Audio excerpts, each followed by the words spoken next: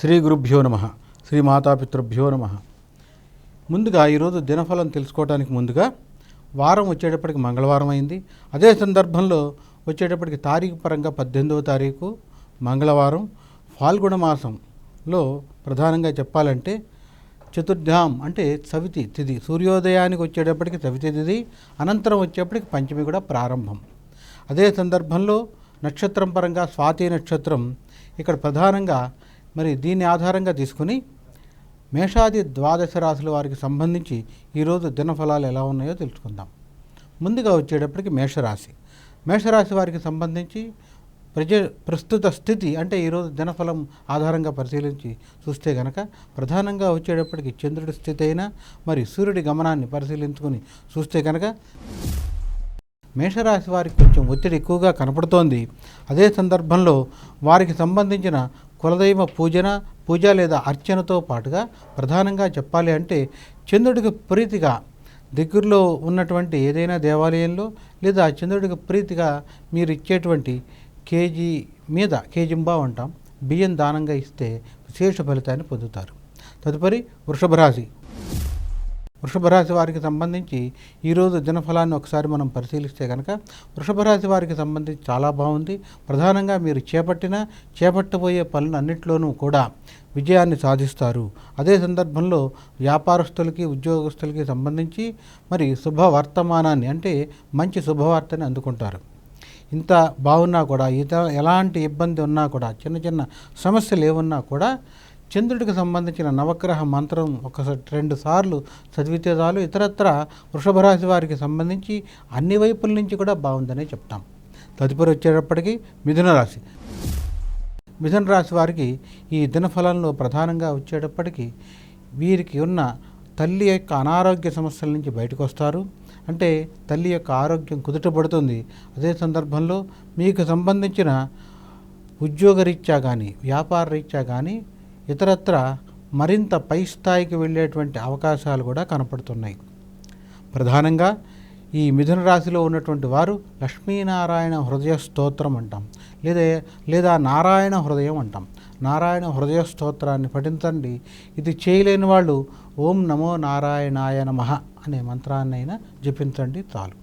తదుపరి వచ్చేటప్పటికి కర్కాటక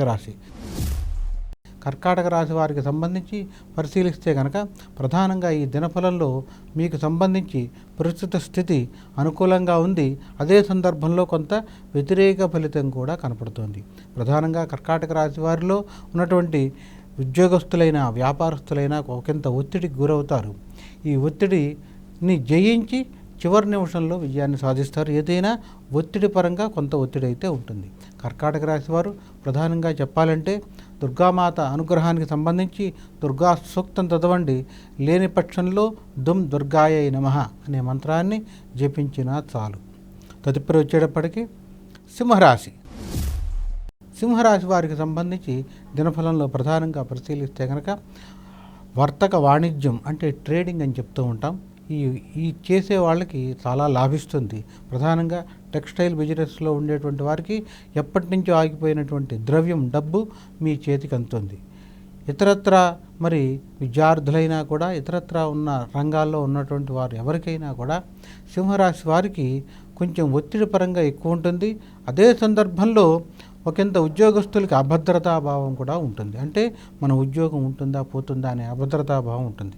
సింహరాశిలో ఉండేటువంటి వాళ్ళు ప్రధానంగా ఎవరైనా కూడా నిరంతరం మరి సూర్యుడికి సంబంధించిన ఆదిత్య హృదయం అని చెప్తాం. అది చదవలేని వాళ్ళు ఓం నమో సూర్యాయ నమః అనే మంత్రాన్ని జపిస్తే సరిపోతుంది. ఈ ఒత్తిడిని అధిగమించి బయటకు వస్తారు. తదుపరి వచ్చేటప్పటికి కన్యారాశి వారికి సంబంధించి చూస్తే కనుక ఈ రాశిలో ఉండేవారు ఎవరైనా కూడా వారికి సంబంధించి విద్యార్థులకి విదేశయానానికి సంబంధించిన శుభ వర్తమానం అందుకుంటారు. ఉద్యోగస్తులకి పై స్థాయి పదవికి వెళ్ళేటువంటి అవకాశం ఉంది. అదే సందర్భంలో వర్తక వాణిజ్య రంగాల్లో ఉండేటువంటి వారందరికీ కూడా చాలా బాగుంటుంది.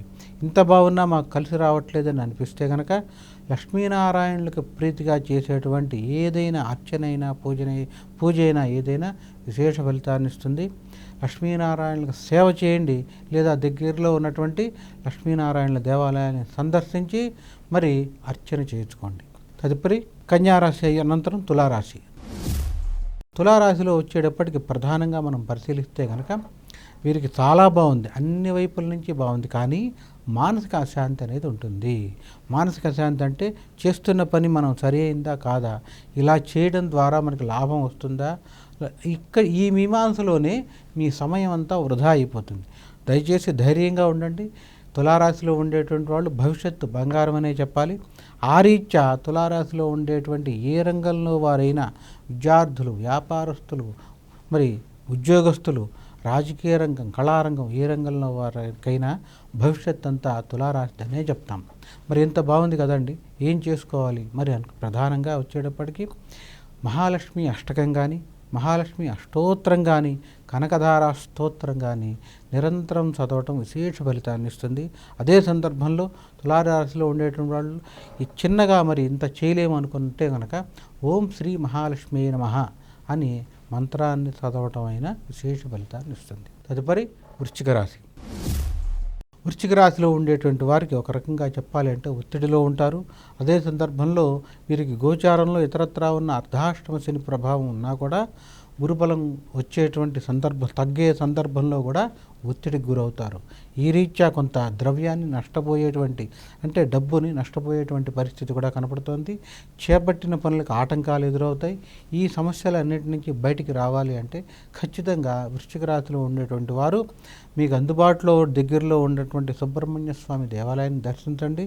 లేని పక్షంలో సుబ్రహ్మణ్య ఆరాధన లేదా శంకరాచార్య విరచిత సుబ్రహ్మణ్య భుజంగ స్తోత్రం కానీ, సుబ్రహ్మణ్య కరావలంబ స్తోత్రం కానీ చదవండి. ఇది చదవలేని వాళ్ళు ఓం శం శరవణ భవాయ నమః అనే మంత్రాన్ని జపించండి, చాలా మంచి జరుగుతుంది. ధనురాశి. ధనురాశి వాళ్ళకి సంబంధించి పరిశీలిస్తే కనుక ఈరోజు ఉన్న ఫలితం ప్రధానంగా ధనురాశిలో ఉండేటువంటి వారికి చాలా ఆసక్తిగా ఉంటుంది, చాలా యోగవంతంగానే ఉంటుంది.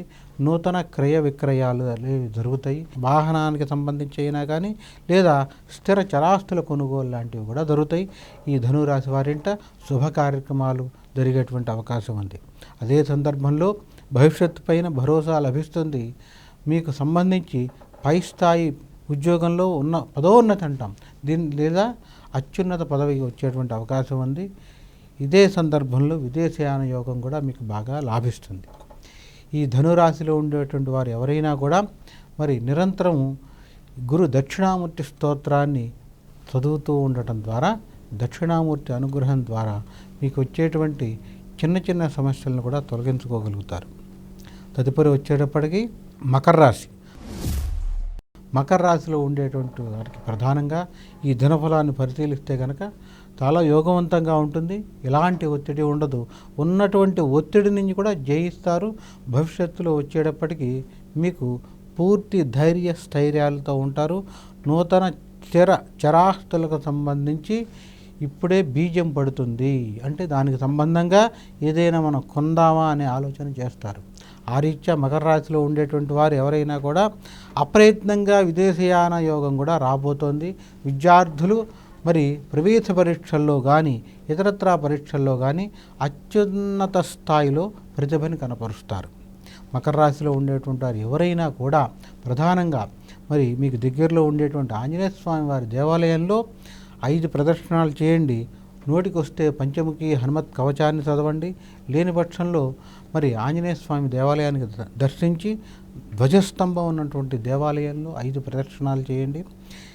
ఇదేది చేయలేని వాళ్ళు, అశక్తులు, మరి నడవలేని వాళ్ళు, ఇట్లా వయోభారంతో ఇబ్బంది పడేవాళ్ళు, రోగగ్రస్తులు ఓం నమో భగవతే వాయునందనాయ అనే మరి ఆ చిన్న మంత్రాన్ని చదివినా సరిపోతుంది. ఓం నమో భగవతే వాయునందనాయ అని చదవండి, చాలా శుభం జరుగుతుంది. తదుపరి కుంభరాశి. ప్రస్తుత స్థితి వీరికి కొంత మోదం, కొంత ఖేదంలాగా కనబడుతుంది. దినఫలాన్ని పరిశీలించినా కూడా దాదాపు చేపట్టిన ప్రతి పని కూడా 3 అడుగులు ముందరికి 2 అడుగులు వెనక్కి అన్న సందంగా, అంటే ఎక్కడ ఉన్న స్థితి అక్కడ ఉన్నట్టుగా కనపడుతూ ఉంటుంది. అదే సందర్భంలో భవిష్యత్తు మీద ఆశ ఉంటుంది, కానీ పూర్తి భరోసా లభించదు. దీనికి ప్రధానంగా వచ్చేటప్పటికీ గోచారరీత్యా ఉన్నటువంటి ఒత్తిడి విశేష కారణమైతే, చంద్రుడి స్థితి కొంత యోగవంతంగా ఉన్నా కూడా ఆదాయం ఖర్చు సమానంగా ఉండటం ద్వారా పూర్తి భరోసాగా వీరు ముందరికి వెళ్ళలేరు. మరి దీనికి సంబంధించి కుంభరాశిలో ఉండేటువంటి వారు ఏం చేయాలి అని ఆలోచిస్తే కనుక, ప్రధానంగా మీ కులదైవ పూజ అర్చన ఏదైనా కూడా ప్రతినిత్యం చేయండి, మానద్దు. ఇదేది చేయలేని వాళ్ళు, కులదైవం పూజ అర్చన చేయలేని వాళ్ళు కనీసం కులదైవానికి నమస్కారం పెట్టుకుని మీ దినచర్యను ప్రారంభించండి. అదే సందర్భంలో ఆంజనేయ స్వామి వారికి చేసేటువంటి ఏదైనా శనివారం కానీ మంగళవారం కానీ మీరు చేసేటువంటి అర్చన లేదా పూజ విశేషంగా మీకున్నటువంటి ఇబ్బందులన్నిటి నుంచి బయటికి పడేటువంటి శక్తి ఉంటుంది.